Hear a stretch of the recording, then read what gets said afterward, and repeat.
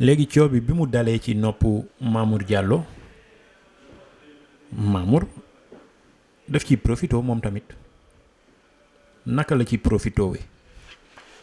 mooy Ousmane Sonko bi nga xamante ni moo yàq deram ci àddunaam Ousmane Sonko bi nga xam ni moo yàq àddunaam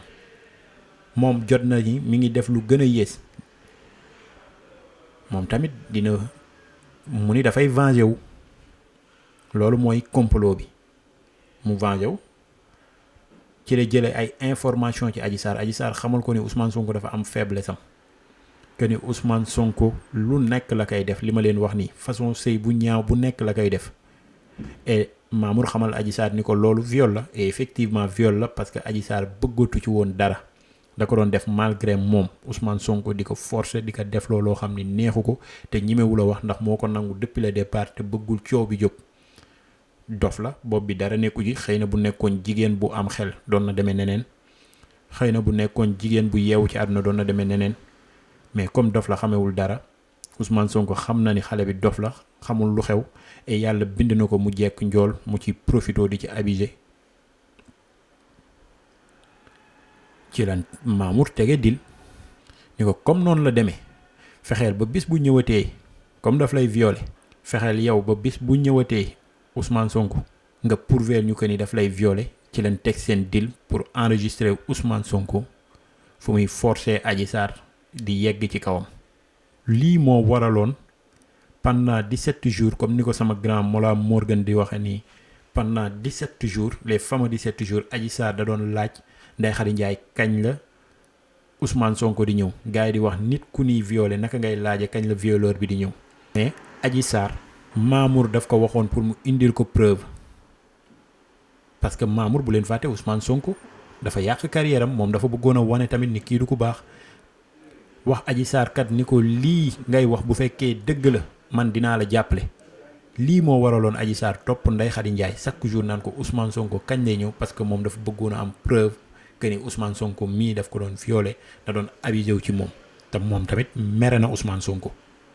parce que dégg ngeen ko sax ci ay waxam Adji Sarr demoon na ba ni sama ennemi numéro 1 mooy Ousmane Sonko ndax lim ko doon def neexu ko lim ko doon def bëggatu ko te lim ko doon def dafa metti woon trop. xale bu ndaw une fillette de 20 ans ou 19 ans di jël ay produits aphrodisiaques di koy naan di yàgg ci kawam di sëy ak moom ci ginnaaw ci kanam di ko juutal jëf bu ñaaw bu nekk nga def ko ngeen baal ma ci terme bi xale bi mënu la bëgg xale yu jigéen yi yéen musoon a violé ñu baal ma xam na ni ki leen violé duñ ko mus a bëgg ci àdduna. Adji Sarr foofu la àggoon ci Ousmane Sonko moo waral mu naan kii moo doonoon sama ennemi numéro 1 tey bu mu amee benn Mamour Diallo bu taxaw bëggoon ko soutenir ci lu Ousmane Sonko doon def ci moom. ba pare pour jàppale ko financièrement pare pour aider ko juridiquement du ko gëmee. lii la Ousmane Sonko naan dañ ma complot donc dañ ma complot du débat ñun ñëpp xam na ni dañ la complot mais le problème a nekk dañ la tendre piège nga daanu ci piège bi dañ la complot nga daanu ci complot bi parce que ñun liñ lay laaj mooy Ousmane Sonko ndax da ngay violer Adji Sarr wala déet te ba tey waxoo ci dañ ma complot et lii moo tax man personnellement je te tourne le dos définitivement et di ñu wax sama mbokku ndaw yi la jeunesse de mon pays que l'heure est grave. Nous sommes l'avenir de ce pays. On ne doit pas détester Macky Sall à tel point que nit buy dal ci kaw Macky Sall rek dañuy ànd ak yow. dafa am erreur bu mag bu ñu daloon muy ci Abdoulaye Wade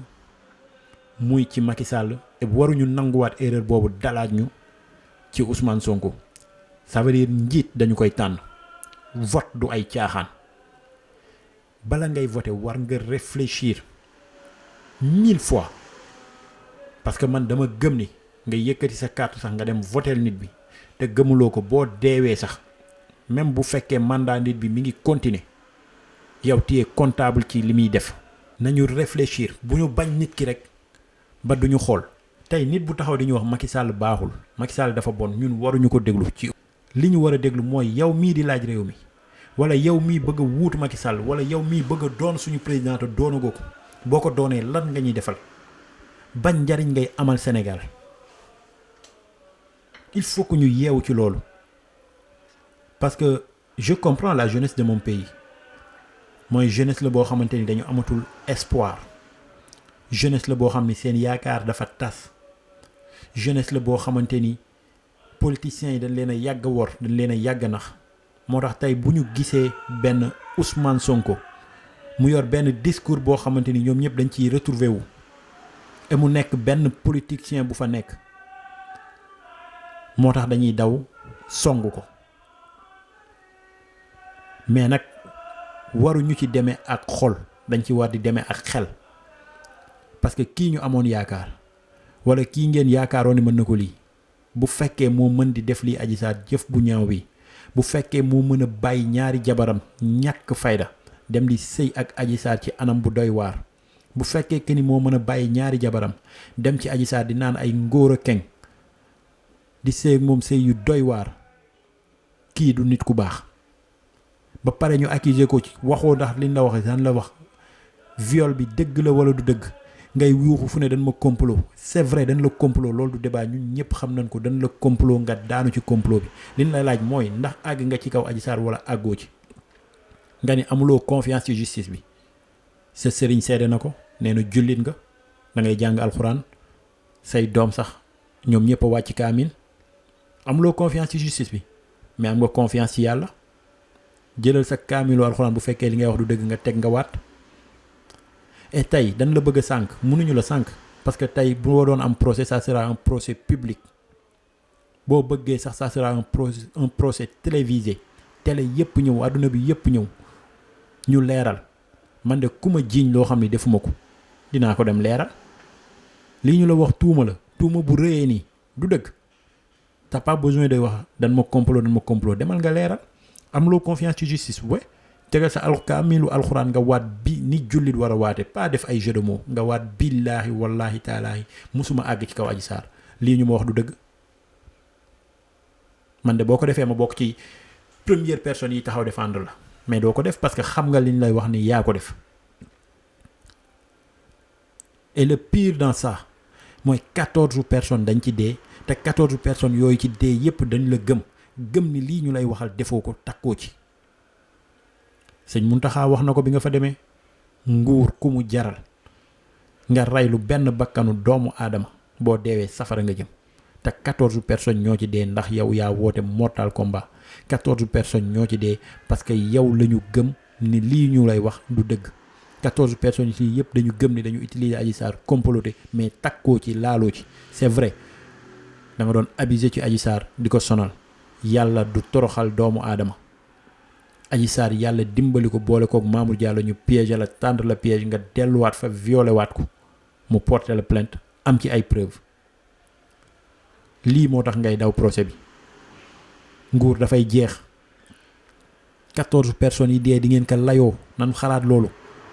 14 personnes yi yow am nga ci responsabilité bu mag a mag parce que yow la ñu gëm sur parole Ndeye Khady Ndiaye am na ci responsabilité bu mag a mag parce que moom la ñu gëm tamit sur parole et képp ku xam ni muy sa avocat ku munti doon képp ku xam ni takk nga ci yegg nga ci Adji Sarr di doflu naan ay dañ ma complot laaju ñu la ndax dañ la complot oui dañ la complot yow bi ngay génnee secret 94 milliards ci Mamour Diallo ñi nga waxaloon ñëpp avant nga koy génne loolu complot la ñi ngay defal réunion biir Pastef wala leneen ci comment éliminer Macky Sall loolu complot la dañ la complot oui dañ la complot mais dañ la complot tendre le piège nga daanu ci piège bi il faut avouer nguur bu mu la jaral bëgg doon président bu mu la jaral ngay wax loo xamante ni du dëgg ba ay bakkan du ci dee bëgg doon président bu mu la jaral ngay manipuler askan bi ñu lay laaj ndax da nga violer ndax da nga àgg ci kaw kii nga naan dañ ma complot te loolu du question bi mooy ndax da nga àgg ci kaw Adji Sarr ci àgg boo xam ne moom nanguwu ko ndax da nga pénétrer Adji Sarr ci moment boo xam ne moom bëggu ko ndax da nga pénétrer Adji Sarr ci anam boo xam ne nanguwu ko lii mooy wax bi. Mandela def na 27 ans de prison génn doon président de l'Afrique du Sud dugg kaso wala leneen terewul nga doon président bu yàlla ne da nga koy doon bu yàlla ne doo doon président indil askan bi yëpp rayal 1000 sénégalais taxul nga doon président nguur yàlla moo koy tànn jeunesse bi lillaahi wa rasuuli yeewu leen man de j'ai pris position. Je tourne définitivement le dos, je répète, je tourne définitivement le dos à Ousmane Sonko. Et sur le dossier Ousmane Sonko et Adji Sarr, je suis radical. Je suis à 280% avec Adji Sarr parce que xam naa ni moom moo am dëgg. Bu loolu passé duma terminer te duma ñaaxaat jeunesse bi.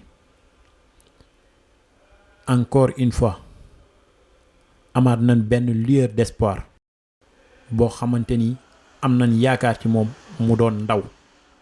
muy Pape Djibril Fall. Pape Djibril, man je m'adresse à toi directement. Lillahi wa rasuli. Apprends des erreurs de Mamadou Sy Tounkara, des erreurs de Ousmane Sonko. Et man dama lay ñaan solennellement, personnellement li ma lay ñaan ci kanam askan bi yëpp mooy de grâce bul collaborer ak politiciens yii ñu gisoon yëpp que muy pouvoir bi que muy opposition bi borom loxo yu salte yii Ousmane Sonko mii ak ñu mel ni moom ngelawaay bul ànd ak ñoom askan bi am nañ yaakaar ci yow ñi ngi lay ñaanal sa yan bii yàlla na woyof ñi ngi lay ñaanal yàlla buloo tas sunu yaakaar ñun ndaw ñi am yaakaar ci yow doon député moo gën a tuuti ci liñ la yéene wallahi la azim man de personnellement billahi wallahi doon député moo gën a tuuti ci lu ma la yéene yow Pape Djibril Fall dañu am yaakaar ci yow te ngir yàlla bul tas suñu yaakaar dina ma metti lool su ma la gisee suba ngay collaborer ak xeetu politiciens yi muy Ousmane Sonko waaye Yewwi Askan Wi ak ñi mu àndal muy pouvoir bi Macky Sall ak ñi mu àndal gëmal ni nguur yàlla moo koy joxe gëmal ni li nga war a am sa destin yàlla moo koy def liñ lay ñaan rek mooy nga dëggu jubal nekk ci lu dëggu nekk ci lu jub bul nangoo bul bañ a wéet ci dëgg yow kenn doxalal rek askan bi yeewu ñi ngi sa ginnaaw may ñaax ndaw yi espoir bu rëy judd na ci Pape Djibril Fall nan ci ku ko ci mën a jàppale te yàlla tax jàppale ko ci. Et duma terminer rek parce que duma yem rek ci Pape Djibril Fall parce que dafa am beneen nit boo xam ne dama ko naw muy Guy Marius Sagna je lui tire mon chapeau. Espoir bu mag aussi am nan ko ci yow Guy Marius Sagna man de gëm naa ni Sénégal Guy Marius Sagna mooy nit bu fay nekk bu ma gën a doon patriote bu ma gën a bëgg Sénégal certes d'accord ma wala comprendre ma ko ci ànd bi mu ànd ak Ousmane Sonko ay principe bu boppam la xaw ma lu tax mais nangu naa ni nit bu dëggu la nit bu jub la te maa ngi ñaan yow ak Pape Djibril Fall yàlla na ngeen bokk ci député yi demaat Sénégal yi dem assemblée ndax gëm naa ni bu ngeen fa demee di ngeen fa nekkal askan bi di ngeen waxal askan bi te député mooy li gën a tuuti ci li ma leen yéene. Monsieur le président de la République Macky Sall ngillaahi wa rasuuli le Sénégal a besoin des gens comme Pape Djibril Fall comme Guy Marius Sagna. Tu es le président de tous les Sénégalais. Essaye de les recevoir, de discuter avec ñoom sur les problèmes du Sénégal. Je sais que ni Guy Marius Sagna mën na la apporter un surplus. Je sais que ni Pape Djibril Fall mën na la apporter un surplus. Et ça, le Sénégal en a besoin. Li moo doonoon chronique gu tay bi en résumé bref mooy problème Ousmane Sonko ak Adji Sarr bi man jël naa sama position je suis à 280% avec Adji Sarr je tourne le dos Ousmane Sonko et di ñaan jeunesse bi la jeunesse consciente ngeen yeewu ci Ousmane Sonko parce que ñi ci dee dafa bari lii ñuy def manipulation la kenn waxu la ndax dañ la complowun la liñ lay laaj mooy ndax yegg nga ci kaw Adji Sarr ci anam boo xam ne nanguwu ko muy li ñuy wax violé nga ko te am na ndax doon nga jël ay produits aphrodisiaques di ko naan di yegg ci Adji Sarr di sëy ak moom sëy bu yàgg ba muy sonn doon nga dem ci Adji Sarr naan ko yaa gën a neex samay jabar yaa gën a saf samay jabar mënuma laa muñ lii moo tax man je te tourne le dos et di ñaan jeunesse bi nga xamante ni Sénégal rek moo leen ni ak seen akulaay taala ngeen ubbi seen i bët ngeen xool waxuma kenn mu tourné mais xool leen réfléchir leen def leen ay recherche def leen ay investigation di ngeen am la certitude ñu demee xel bàyyi nekk ci réseaux sociaux yi di wax yu ñàkk fayda di saaga à gauche à droite. lii moo doonoon chronique gu tay bi et di leen wax vous pouvez suivre mes chroniques sur la chaîne Grand Théâtre TV chaque semaine di ngeen am benn chronique ci benn thème d'actualité. It's your boy KPO Capo aka the Super Real Def Cat. I'm out, man.